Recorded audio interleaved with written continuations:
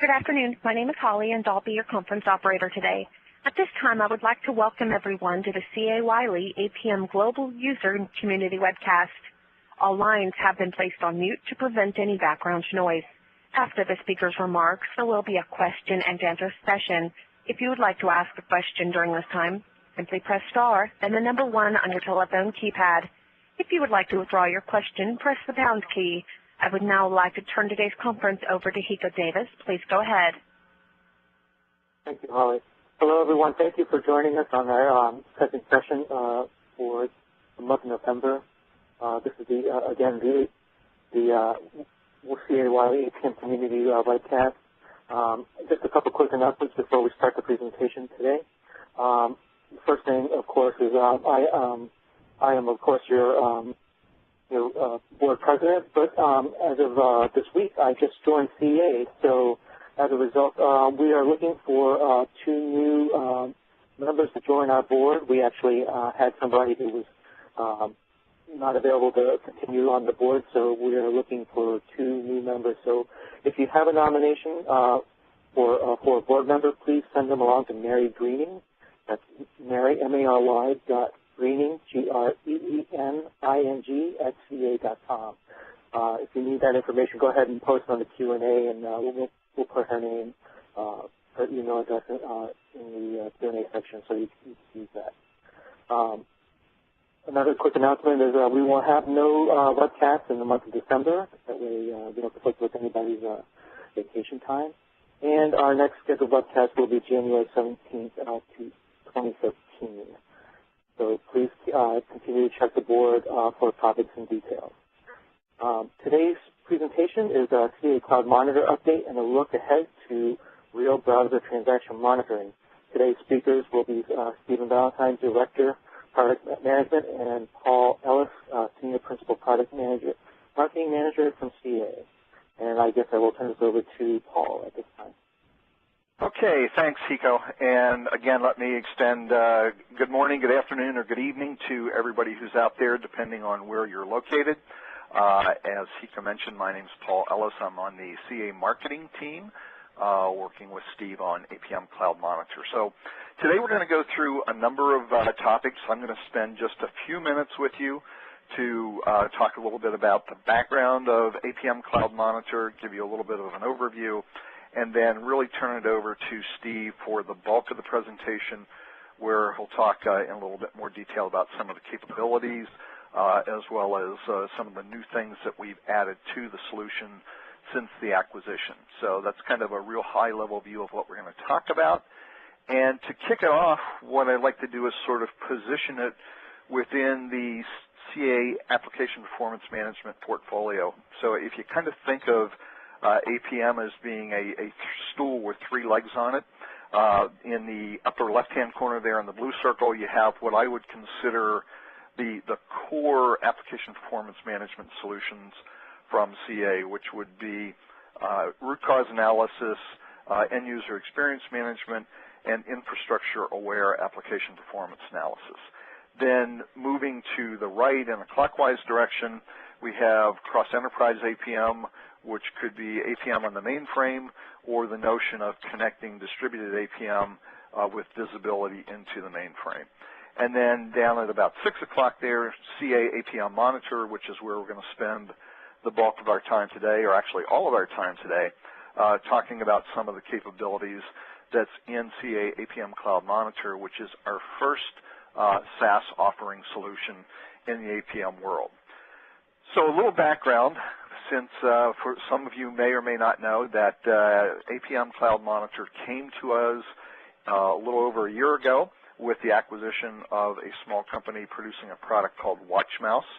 So just as Interscope has hung around for a while in the APM world, I suspect you'll still find some references to WatchMouse, but here at CA it will be referred to as Cloud Monitor from henceforth.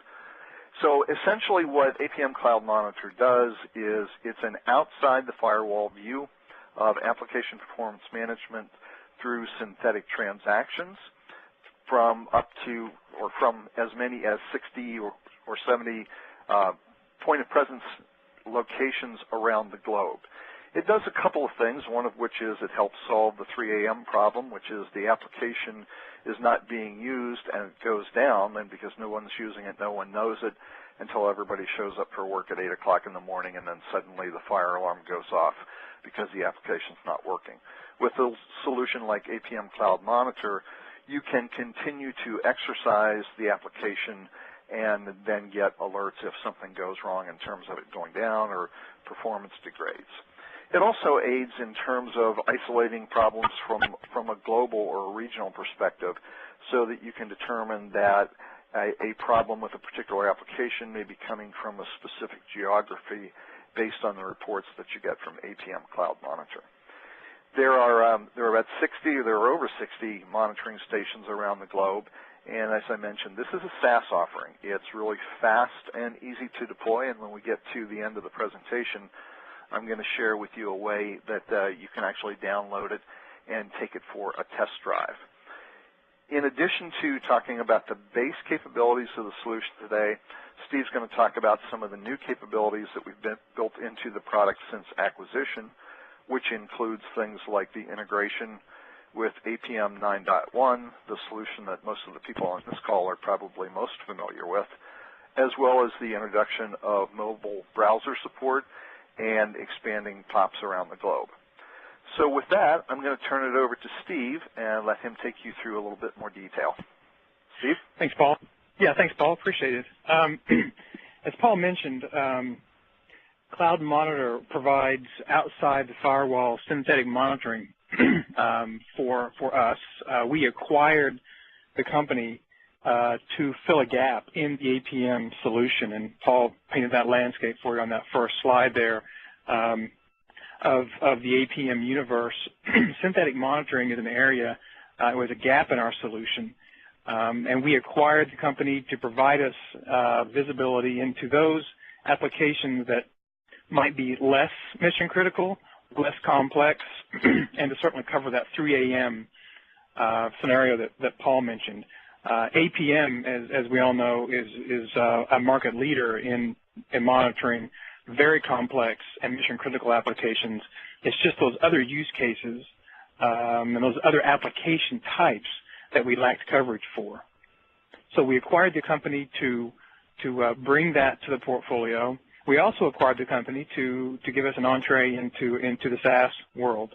Paul mentioned that as well, and Cloud Monitor is, in fact, a 100% SaaS-based offering. And some of the capabilities that it delivers are an ability to monitor your external-facing websites and run scripts against them, setting up monitors both at a protocol level.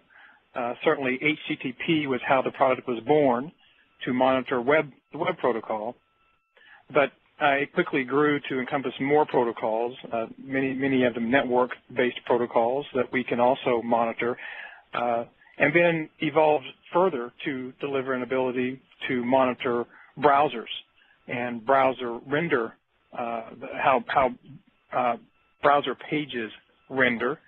And then additional functionality was added to script transactions and save all these kinds of transactions as recorded scripts and play them back from that network of 65 points of presence we have around the globe. That capability is augmented by API monitoring and ability to monitor the web services that other companies are offering or utilizing. Reports, dashboards, analysis on top of the data that's returned is another area of value that we add, specifically in the reporting area. Public status pages I'll touch on in a little more depth. Allow companies the ability to publish on your website current status of your key web properties and web services and APIs, and then also create reports that are customized to your own liking with your own logo even, and have them deliverable at various times to you or management, and then an ability to flexibly create dashboards of different kinds of metrics that are returned from these monitors. You can imagine the amount of data that we capture from these monitors that we deploy, and creating dashboards that are unique and specific to your needs are another strength of the product. And then finally, the integration with APM 9.1 as a core piece of the strategy to fill out that APM product line. Integrating synthetic monitoring back into our real-time solution is essential. We have the first phase of that out in the product now, and I'll touch on that later on here in the presentation. So briefly about the monitors. In true SaaS fashion, they are very easy to set up, literally in minutes. All the monitor types I just mentioned, the protocol monitors, the browser monitors, and even the scripts can be configured, saved, and deployed literally in a matter of minutes once you get your account set up and running. This gives you a view of how you would manage those monitors once you had set them up and defined them. At a glance, you can check their status. You've got drill down capabilities under the view column there to get a sense of where degradations may be occurring if the status flashes yellow or red. The alerting capabilities that are noted there, there's a lot of flexibility in to whom alerts can be sent and how often, and you can view that in one glance here through this monitor UI.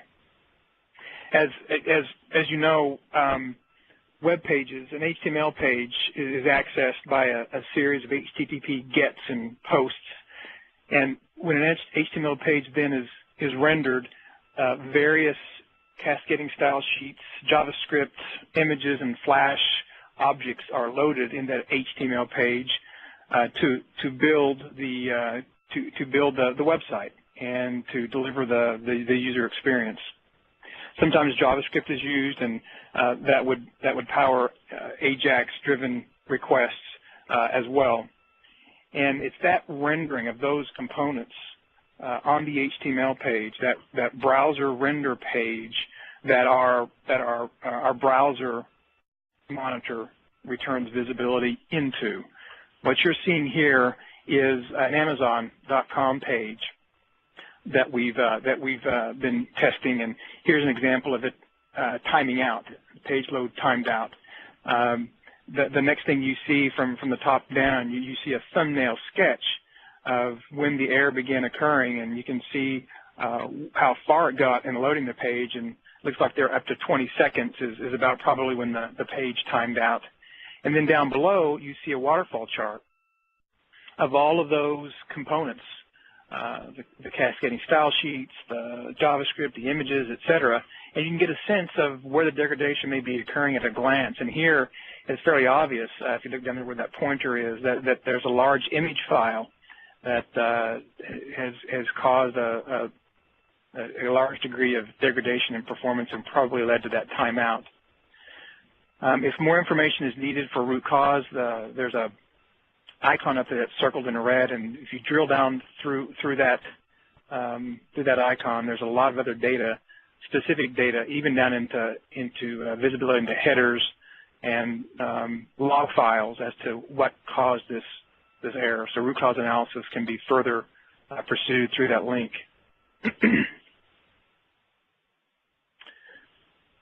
So that's our real browser monitor. Returns a waterfall chart view of how a page is rendered. There's another kind of monitor, a scripting monitor. It goes beyond just a URL monitoring view of a page load. And in this regard, we leverage two kinds of capabilities to record scripts or multi-stepped scripts through web pages that can make use of different variables. When you're recording a multi-step script through a session, many times that session variable cannot be reused. So an ability to save that session ID into a variable and call that variable at various steps in the transaction allows the recording to continue without breaking. It's those kinds of environmental profiles that we can put into our scripts, as well as assertions or an ability to check performance or verify responses given certain content or certain elements residing on a web page. So our recording mechanisms allow multi-step transactions, take into account environment or state, and then also include assertions to refine the scripts. Two tools we use a tool called Bad Boy, or it's our CA transaction recorder that we're rebranding. And it's designed for business analysts, not necessarily for developers, even though we do find that developers will use it often first time and then massage the scripts later in JMeter. The Bad Boy is what delivers our ease of use to our recording. It provides a really simple interface, like a tape recorder with a stop and start mechanism. It shows you as you record all your steps through your web page. It shows you on a left-hand navigation bar exactly what you're doing and saves it away as a script that's then easily exportable into Cloud Monitor. JMeter, it's an open source recording capability. Most dev shops are familiar with it. It's ideal for API testing, lower level protocol testing, more advanced website transactions, web services testing, if you will. And we keep it really as a backbone of our recording capabilities. And the Bad Boy transactions can be exported to JMeter very easily. And again, within JMeter, that's where you can really fine-tune and massage your scripts to get very specific.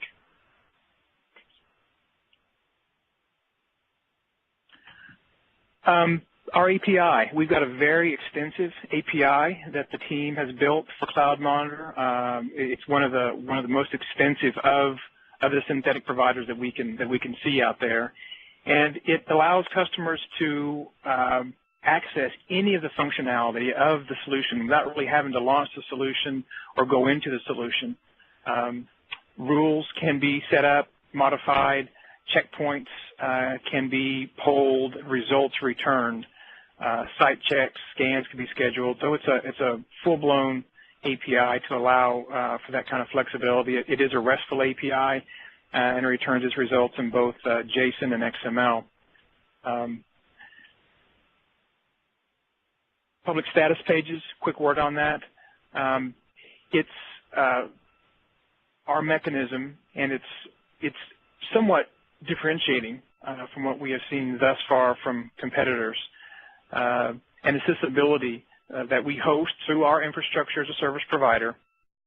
It's this ability to set up these pages on your website that provide an externally usable URL for your customers to access, and it provides current status and availability of your website, of your key websites, of your APIs for developers or third parties who may be interested in your web services or your web properties. It's treated as independent validation many times, and customers are certainly using it to reduce support calls and some of that follow-on cost. When used properly, customers will go here first.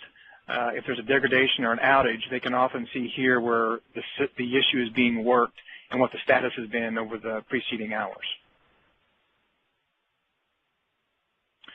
Custom reports.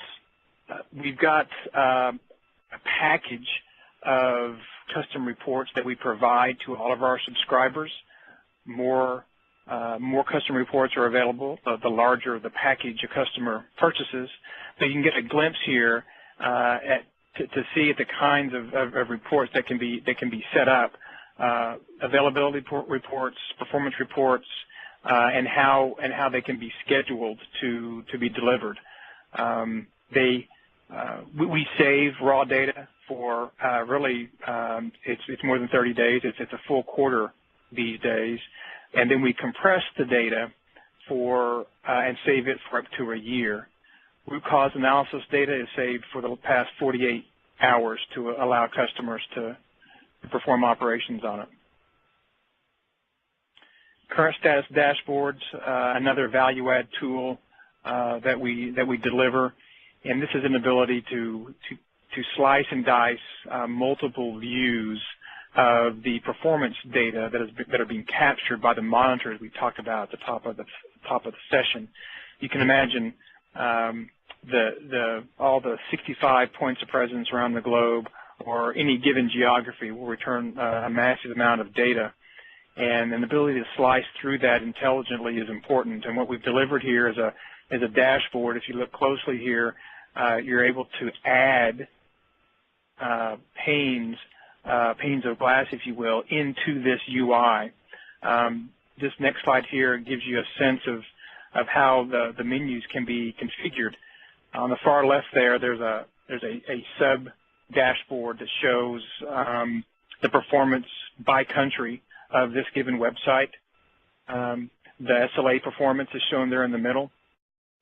And the far right, that availability drop down, there's a pencil there. If you toggle that pencil, you can see then the interface and the different configuration parameters available to you to customize this dashboard. And the key field there is kind of the shown field. We capture 22 metric groups from availability, performance, uptime and resolve times, connect and processing time, SLA performance, a whole host of them that are accessible through this view and configurable for time periods and monitoring periods to your liking. So this current status page is a very powerful dashboard that customers get a lot of value out of. A quick word on recent enhancements. Our points of presence network is a critical aspect of the offering. It currently stands at 65. We've added 5 new POPs recently listed here. We maintain a priority of new monitoring stations with plans to deliver them on the order of 3 per quarter up to about 100. So we hope to grow our global network to just beyond 100. The priorities are managed by product management, and we deliver those priorities to our service management organization, who then goes out and stands up these points of presence around the globe. The next priorities are Australia, South Africa, South America, and then another handful in North America. And again, we hope to grow this quarter by quarter until we get just north of 100. The integration with our on-premise APM product was productized in the APM 9.1 version. What we're doing here in this first phase is we're leveraging the Cloud Monitor API I mentioned earlier and its broad capabilities to pull data into enterprise management dashboards. And here's a snapshot of how that's rendered. There's a Cloud Monitor tab into which the different monitoring stations results are dumped. There's a listing then of key synthetic metrics that appear under the given business services being monitored. This aspect of our solution is also of differentiating importance to us. And going forward, we can maybe have a later roadmap session where I can go maybe more in depth into our future plans. But we intend to tighten and broaden this integration between synthetic monitoring and the monitoring return from the real-time APM product. Make the integration more in context, directly business relevant are some of the goals we have for this integration going forward. Mobile browser monitoring, mobile application monitoring is another strategic area of importance for us. You'll see more of this from us next year. Here, what we've delivered this year is an ability to monitor the application performance of a number of different mobile browser profiles. Here you can see see them listed in the drop-down menu, and the idea here is to provide visibility over a number of mobile browsers: Firefox, iOS, Android, BlackBerry, and to keep revving on our versions to keep up with the latest that are in the market. So you'll see us revving this list, and what this gives you the opportunity to do is to emulate how web pages are rendered in mobile devices. Incidentally, on the back side of this, we'll be releasing not only more browser profiles, mobile browser profiles, but also restricting the mobile bandwidth, emulating mobile bandwidth by restricting the bandwidth that we test over to help bring a more realistic mobile profile experience to the table. But this is our first step here with mobile browsers. This is in the product now today. Briefly, a look ahead with what we're calling real browser transaction monitoring. Just a quick note, disclaimer, we're definitely into futures now. We're hard at work on the feature. So it's definitely on the roadmap, but nothing is committed because we don't have it finally done and released. But that being said, just a word on what it is. It is a new monitoring product from us. In essence, what we're doing is we're taking a combination of the real browser monitor I described to you earlier, that single page rendering of the HTML objects that are returned, and combining it with an ability to do multi-step transactions,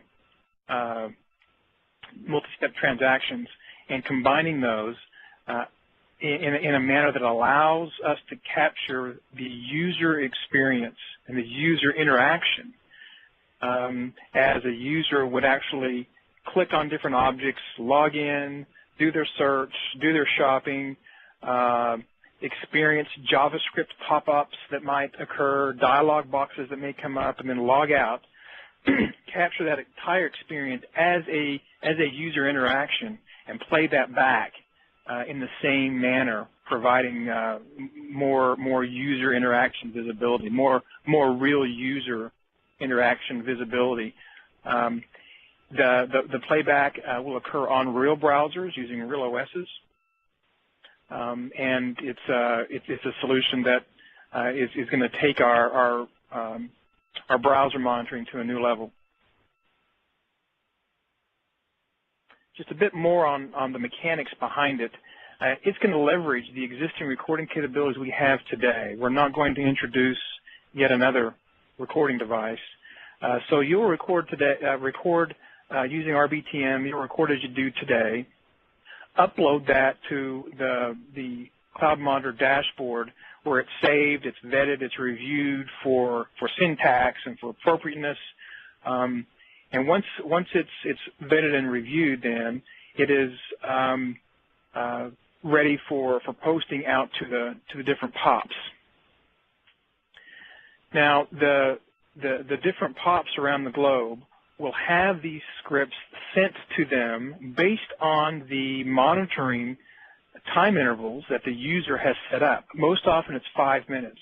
It's a 5-minute polling interval for most of these monitors. So every 5 minutes, the scheduler back at the core end of our solution sends these jobs, if you will, out to the points of presence. The points of presence and some of the intelligence we're developing into them are now smart POPs, that they're now holding a queue of these different jobs and then running these jobs, running these scripts, running the scripts back against the designated websites and storing that information and sending it back to the back end, our Cloud Monitor back end, for aggregated reporting and analysis. So that's how the playback works. One note while I'm talking about how the scripting occurs. Another area we're implementing is a translation service with this release that translates the scripts into a very commonly used format called WebDriver. And most prominent scripting tools out there are compatible with WebDriver. We intend to make our CA recording devices compatible with WebDriver, and that includes CEM. That will include ITKO's Lisa product, so that any CA recording device that can export to WebDriver can be used within Cloud Monitor and vice versa. That also gives us some flexibility to interoperate with third-party recording tools as well that leverage that popular recording format. So segueing a bit from that new feature, right now, we are planning for release no later than kind of the first part of the next quarter of next year. So it's very imminent. If you're interested in that, please let me know. We can give you some more details on that product. So a quick note on packages and pricing. We've got 3 main enterprise-level packages we offer today: a basic, intermediate, and advanced. The operative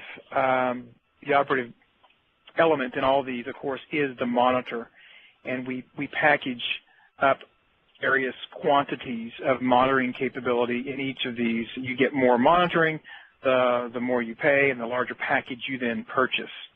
You see the pricing there listed at the bottom for each of those packages, and the total monitors there goes from 100 monitors up to 275. You'll also note there's a varying mix of basic monitors to advanced. Those first 2 lines, those are the basic monitors I mentioned at the outset of the session here. Those are our protocol monitors. The next 2 lines are our advanced monitors, and that's where we provide scripting and real browser rendering capability. And the mix varies.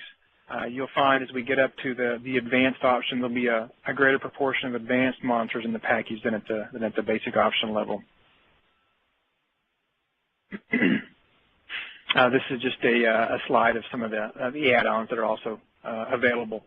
At this time, I've walked through the content I wanted to share with you guys. Are there any questions on anything or anything I presented on or even didn't present on for that matter? You have a question on about Cloud Monitor?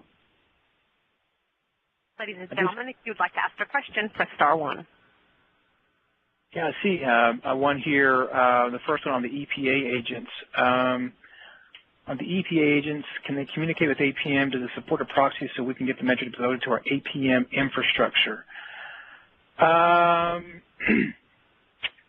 So EPA agents, and the question came to, I think, a little garbled. I'm assuming the question here is, does the integration between Cloud Monitor and on-premise APM leverage EPA agents and support a proxy? At this stage, the out of the box integration does not, but being able to extend that pretty easily, I think is something we can look into. And I'm still a little vague on the details behind the question. So whoever answered that question, it's like it's from VJ. VJ, if you could send me a separate note with a few more details, I can maybe let you know if the API can be leveraged even further. And it looks like VJ had the second question there too. It's kind of blank. Any other questions maybe from the phone? No questions from the phone lines. Okay. We still have some time here. I'm going to segue over to Paul to chat about a few other elements of our marketing and the offering here. And in the meantime, if more questions come through, just feel free to ask them. I'll be on the call. Paul? Okay, thanks, Steve. Great job. And as Steve said, if there are any other questions when we wrap up, we'll give you the opportunity to ask them, and we'll continue to monitor online to see if any come in that way. So just want to make a couple of points here so that you can continue to follow the innovation with APM Cloud Monitor, understand what's being done, that sort of thing. You can go to the community website and look for the APM Cloud Monitor, look at message boards, and then find the APM Cloud Monitor general discussion. So we'll try and keep you informed through that mechanism as well as regular webcasts like this so that you can keep your pulse on what's going on with APM Cloud Monitor. Hey, Paul, just a quick note on that. I did not mention that this morning, but as the 2 key areas that product management goes to on this community site are certainly the messages, and we've got a few that have come through about our roadmap and about certain features, but we're also monitoring the ideas section. And there are 2 ideas out there now that we need to see voting on, and to fully leverage this, if the community votes and we get enough prioritization on some of these features, we'll use that directly with our development team in the backlog and try to get them into the product. Okay, great input, Steve. So that's another mechanism, another good way to help shape the direction of the product to have it reflect what you need. And those things do, as Steve said, go directly to product management. I mentioned at the beginning of the webcast that this was a SaaS solution. Steve talked about that as well. and that it was incredibly easy to download and use.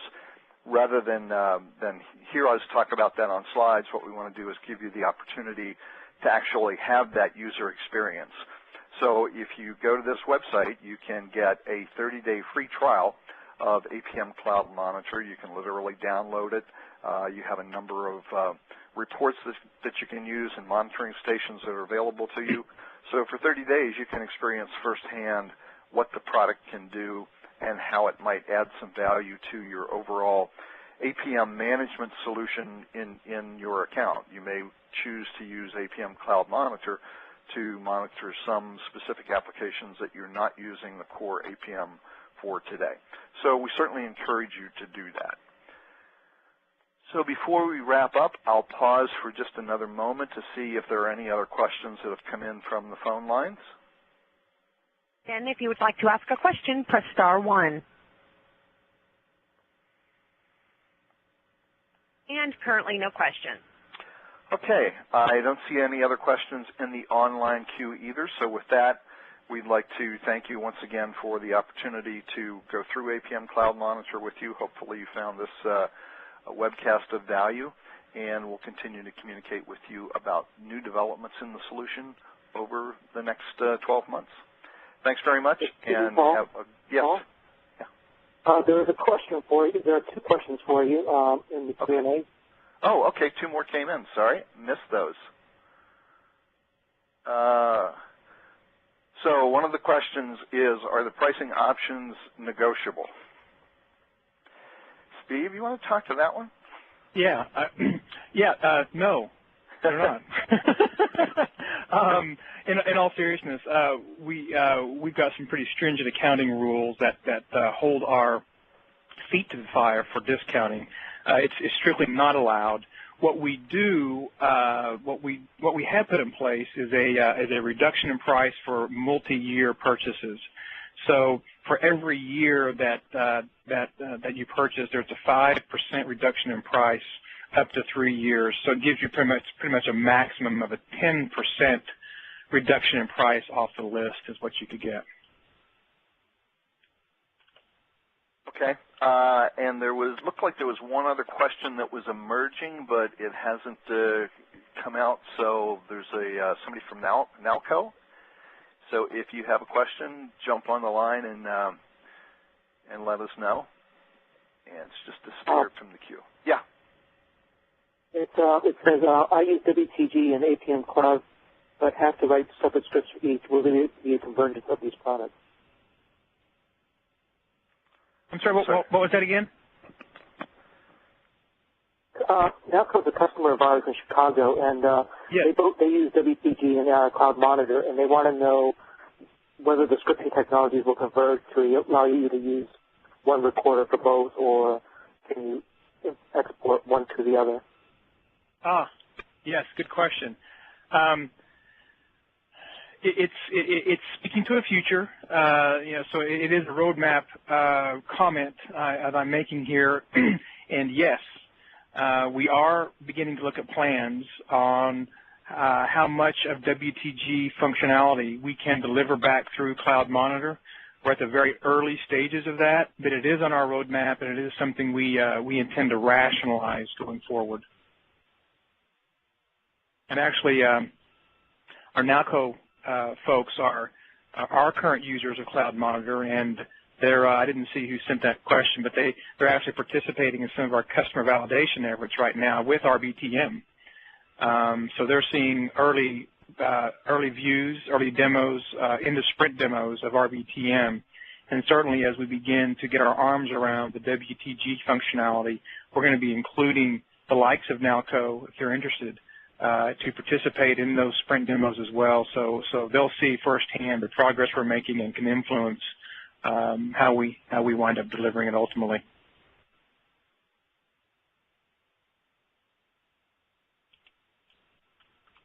Looks like they have an additional question for you guys. Nalco also wrote, are there techniques that can be shared for SiteMinder authorization? That's from Kevin Ring. He's also a friend of mine. Okay, from Kevin. Yeah. Techniques for site authorization? Was that it? Yeah, it says, are there techniques that can be shared for SiteMinder authorization? Oh, SiteMinder authorization. Good question. I don't know. Can we get that posed back to an email to me, and I can help track that down?